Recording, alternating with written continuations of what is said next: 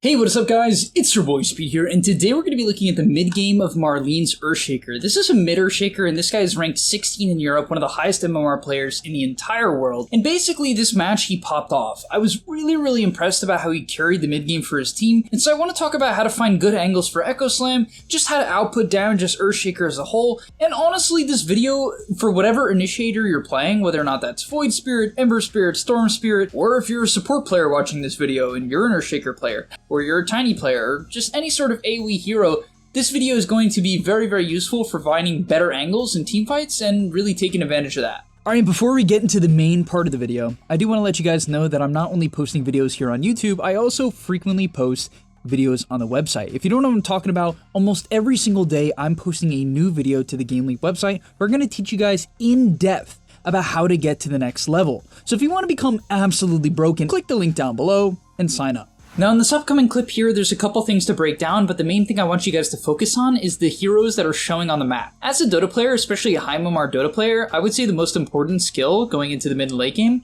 is the ability to identify openings, primarily just through numbers. How many heroes of the enemy team have showed top, how many have showed bottom, and can I jump based on that information? Now in this clip here, the Troll Warlord actually showed bottom recently. Okay, I'm going to show you what I mean by that. So a second ago, the Troll shows bottom. Right, Troll shows bottom, and you do have to be a little afraid he's going to hit the portal, right? You don't know if he's actually hitting the portal, so that's something you have to keep in mind and definitely be aware about. In this case, the Troll did not hit the portal, he's actually just farming his jungle, but you wouldn't necessarily know that. However, I would say in most low MMR games, people never hit the portal, and so honestly, almost never, right? It's very infrequently used, and so for the most part, not something to worry about. Now here, his Doom is not in the area, PA's not in the area, however, Necro shows mid, and so does Muerta, so he starts pushing forward. The enemy makes a good read and backs up, which is very reasonable, right? You have to be extremely careful about going into the enemy team, especially into their vision.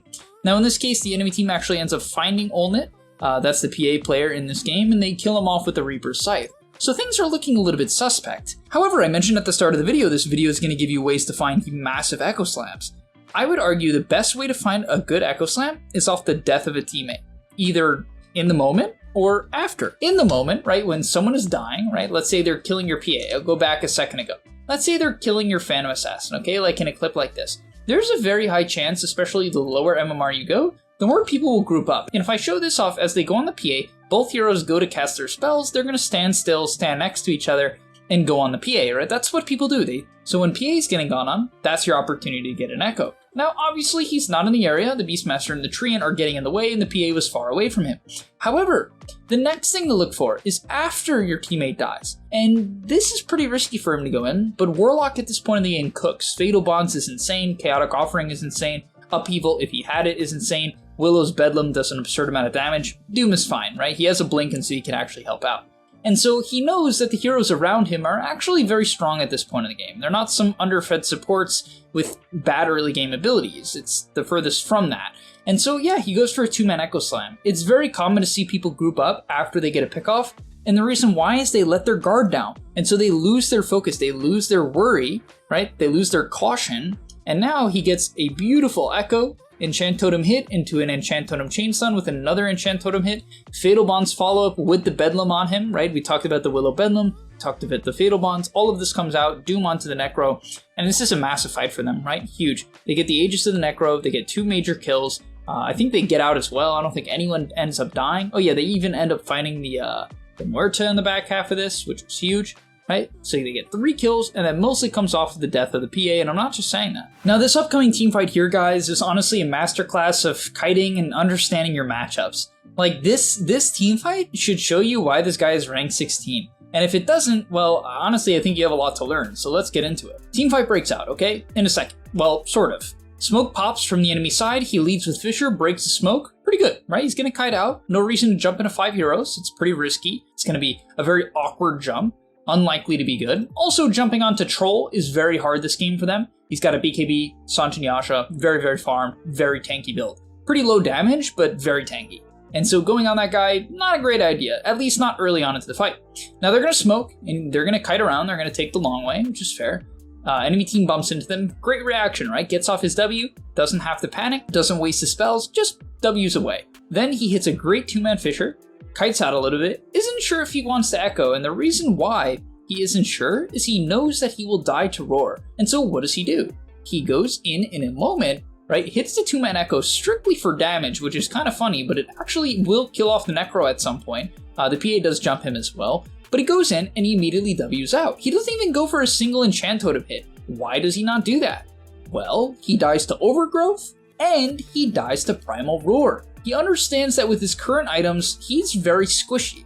This is not some sort of Axe Earthshaker game where you can do whatever you want and just pounce wherever you desire, right? They have long duration disables that really disrupt the Ag spam from Earthshaker. And so with that understanding of the matchups, he's just playing around the edge, playing around Fissure, kind of playing more like a support Earthshaker, right? We'll see another Fissure come out in a moment as he hits it onto the Muerta. That one wasn't too good, but whatever, it was fine. Arcane Rune active as well, which is really, really huge here. Jumps in with the W. Right, sees the enemy heroes, is a little bit afraid that they're starting to run at him. He realizes that the tree is going to give vision and could overgrowth him once again. Baits in the troll, right? Doesn't get jumped, doesn't get overgrowth, doesn't get roared. Baits in the troll, good Fissure to kind of block him in. Goes for a cheeky little hit there, probably unnecessary and definitely a little risky, but kiting.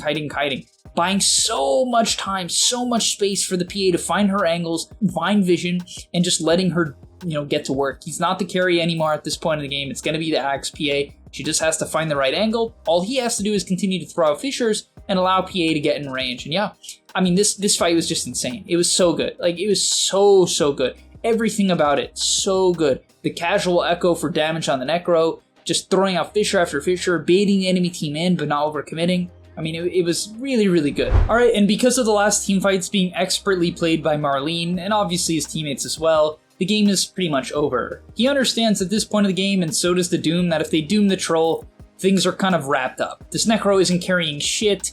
Honestly, the Beast isn't going to do anything. Like, Helmed on Beast as the game progresses is so useless. Like, he doesn't do... I mean, it's not useless. You have to roar, right? And then your carry follows up the roar. That's why it's not useless. It's because roar is a great scaling ability. It's a 4-second stun that goes through BKB. That's why the hero scales fine with this build, and because it farms a lot of items. But in this game, he doesn't have that many items, and if the troll gets doomed, there's no follow-up. And so they understand this. All they have to do is find the troll. That's the only real hero on the enemy team, and when you're ahead like this, that's all you gotta do, find the troll. I mean, this Doom is insane, right? He goes in, dooms the guy, it's Lotus, so it gets reflected, but frankly, I actually think it's a good play from the Doom. Like, yes, you could execute it better, it's certainly not optimal, but at the end of the day, as I said, that's their only hero. This Necro doesn't do anything. Yes, he's annoying, but like Marlene, he's going to control him up a little bit here.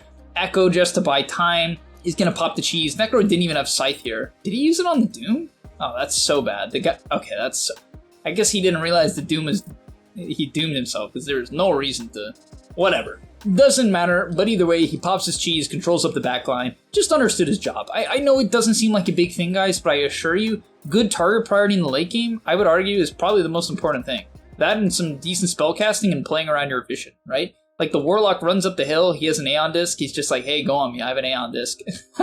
This gives vision for the Fissure, that gives a stun for the Doom to come out, and the team fight's over. Just, yeah, one stun onto the Troll, understanding who's the target. And sometimes, guys, the target isn't going to be the cores. The reason why wouldn't it be the cores? Why sometimes in the late game is it going to be supports? Because you can't burst the cores. If you can't burst the cores, and you try to, and they get off their BKBs, the supports will likely control you and then kill you when you drop their cores to like a half health, trying to burst them when you can, and then you get turned on. In this game with Doom, you can, and so you want to target the higher priority heroes because even if the supports then retaliate, the cores are basically out of the fight and it doesn't matter. Alright, thank you guys so much for watching. I'll see you in the next one, and I'm out. And that's all, but remember, before you leave, come on, before you tune out, subscribe to the Game Leap website where we are going to help you get to the next rank. If you're stuck, click the link down below, and I'm out. Peace.